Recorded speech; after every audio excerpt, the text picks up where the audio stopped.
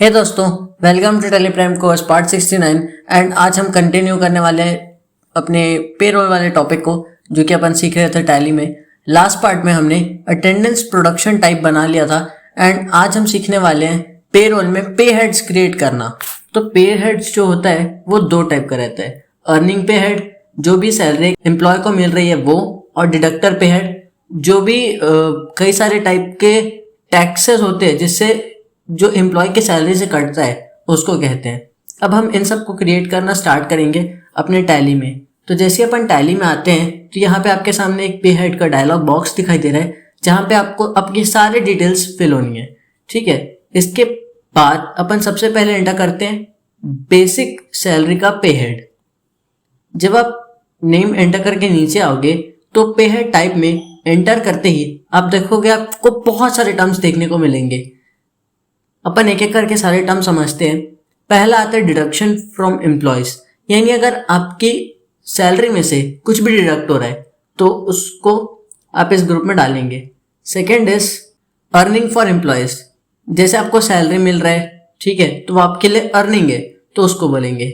Employees statutory deductions, यानी कोई अगर एक्स्ट्रा टैक्स वगैरह कट रहा है एक एम्प्लॉय के सैलरी से तो उसको कहते हैं एम्प्लॉय स्टैट्यूटरी कंट्रीब्यूशन। एम्प्लॉय अगर कुछ टैक्स वगैरह के लिए दे रहा है तो वो हो गया।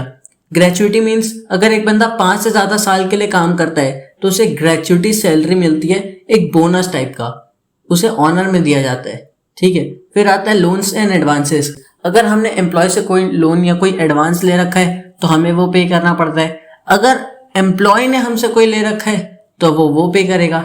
Next is reimbursement to employ, यानी मान लो कोई एम्प्लॉय कहीं गया, उसने कुछ खर्चा किया, आपके बिहाफ में खर्चा किया तो आप उसको वो पैसा दोगे ना, वही कहता है रीइंबर्समेंट ऑफ एम्प्लॉयज। अब हम यहाँ पे क्योंकि एम्प्लॉय को बेसिक सैलरी दे रहे हैं तो हम बेसिक सैलरी को ले लेंगे अर्निंग फॉर एम्प्लॉयज वाले ग्रुप में। यहाँ पे ये पूछ रहे हैं इनकम फिक्स्ड है या वेरिएबल। हर महीने का जो भी इनकम आप या जो भी सैलरी देते हो वो तो फिक्स ही रहता है, तो अपन इसको फिक्स रख देते हैं। अब इसको ग्रुप देना है हमारे फर्म के हिसाब से, तो ये हमारे लिए इनडायरेक्ट एक्सपेंस है तो हम इसको अंडर ग्रुप करेंगे इनडायरेक्ट एक्सपेंस। इससे कुछ नेट सैलरी पे अफेक्ट पड़ रहा है क्या, वो हमें देना है। तो हाँ, इससे नेट सैलरी पे अफेक्ट पड़ेगा तो अपन यस करेंगे। अब पूछ रहा है कि सैलरी स्लिप में क्या हमें नेम डिस्प्ले होना चाहिए, तो यहाँ पे बेसिक सैलरी ही सैलरी स्लिप में डिस्प्ले होना चाहिए। Next is use for calculation of gratuity, तो हम करेंगे नो, क्योंकि हमें जब लगेगा तो हम ग्रेचुइटी दे देंगे, अभी नो रख देते हैं। फिर आता है कैलकुलेशन टाइप, तो इसको हम देंगे ऑन अटेंडेंस। अटेंडेंस में लीव विद पे है तो पेड लीव देना है, नहीं आप इसको नॉट एप्लीकेबल रखना है। और अगर लीव विदाउट पे है तो उसको हम एब्सेंट के अंडर डाल देंगे। कैलकुलेशन पीरियड इसका हम रखेंगे हमेशा मंथ्स, और basis of calculation calendar period के हिसाब से होना चाहिए। तो इस तरह से हमारा पूरा एक कंप्लीट पे हेड रेडी होता है, जिसे हम अब सिंपली Ctrl+A करके सेव करते हैं। इसी तरह से हम एक पे हेड क्रिएट करेंगे हाउस रेंट अलावेंसेस का। अब देखो होता क्या है, जब एक HR असाइन करता है किसी भी एम्प्लॉय को तो वो CTC डिजाइन करता है उस बंदे का, यानी कॉस्ट टू कंपनी, यानी उसको हायर करने से हमारी कंपनी को कितना कॉस्ट या कितना एक्सपेंस लगने वाला है, और उसमें उस एम्प्लॉय की हर चीज आती है। और इस HRA से एक एम्प्लॉय को टैक्स बेनिफिट मिलता है। मतलब अगर एक एम्प्लॉय जिसकी सैलरी 5 लाख से ऊपर है वो तो इनकम टैक्स के दायरे में आ जाएगा और उसका HRA शो करना पड़ेगा, तब जाके उसको टैक्स बेनिफिट मिलेगा। और इसीलिए जब हम बेसिक सैलरी और हाउस रेंट अलाउंसेस को ऐड करते हैं तब एक एम्प्लॉय की ओवरऑल सैलरी बन के आती है, और यहाँ इसका भी इनकम टाइप फिक्स रहता है। इसको हम अंडर ग्रुप करते हैं इनडायरेक्ट एक्सपेंस। ये हमारी नेट सैलरी को अफेक्ट करता है, डेफिनेटली करेगा, तो हम इसको यस कर देंगे। स्लिप में हम यही वाला नेम डिस्प्ले होने देंगे। ग्रेचुइटी कैलकुलेशन हमें नो रखना है। कैलकुलेशन टाइप हमें कंप्यूटेड वैल्यू रखनी है जो ऑटोमेटिक जनरेट होगा कुछ हमारे डिटेल्स देने के बाद। और कैलकुलेशन पीरियड हम रखेंगे इसको मंथ्स।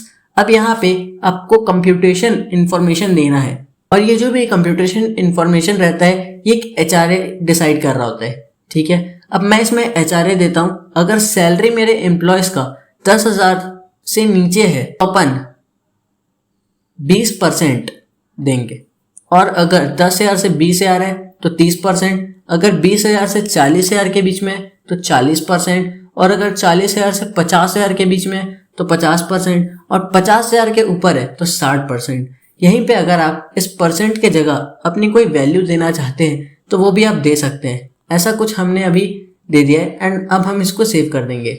अब हम एक न्यू अलाउंस क्रिएट करते हैं पे हेड में, ट्रैवलिंग अलाउंसेस के नाम से। अब अगेन ये है हमारे एम्प्लॉय के लिए एक अर्निंग है और ये अंडर ग्रुप आता है इनडायरेक्ट एक्सपेंस के। ये नेट सैलरी को भी अफेक्ट करेगा तो यस, और इसका नेम हम स्लिप में एज इट इज शो होने देंगे। ग्रेचुइटी कैलकुलेशन इसमें नो रहेगा और कैलकुलेशन टाइप हम यहाँ पे देंगे फ्लैट रेट्स में रखेंगे एंड कैलकुलेशन पीरियड हमारा रहेगा मंथ्स। अब और हम कर देंगे इसको सेव। नेक्स्ट हम बनाते हैं डियरनेस अलाउंस, इसको भी सब सेम रखना है, बस लास्ट में हम यहाँ पे कैलकुलेशन टाइप में एज कंप्यूटेड वैल्यू देंगे और आगे आ जाएंगे। फॉर कंप्यूटेशंस की मैं डिफरेंस वैल्यू दूंगा 10,000 तक के लिए 10%, 10 से 20,000 के लिए 20%, 20 से 40,000 के लिए 30%, 40,000 से 50,000 के लिए 40% और 50,000 से ऊपर के लिए 50%। अपन इसको भी सेव कर देंगे। अब हम अर्निंग का एक और पे हेड क्रिएट करेंगे ओवर टाइम के नाम से। अगर कोई एम्प्लॉय एक्स्ट्रा वर्क कर रहा है तो इसको भी हमें एक्स्ट्रा पे करना पड़ेगा, ये भी एक एम्प्लॉय के लिए अर्निंग है।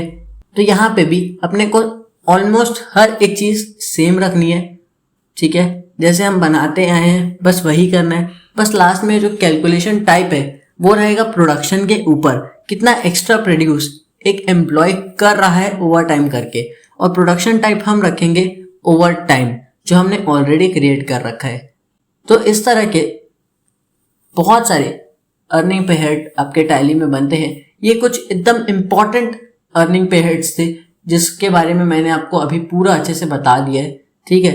तो दोस्तों बस यार इस कोर्स के आज के पार्ट में बस इतना ही।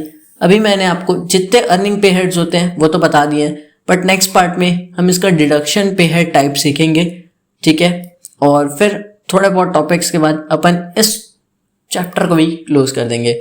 सो मैं मिलूंगा आपसे नेक्स्ट वीडियो में, तब तक के लिए keep watching, keep learning and good bye.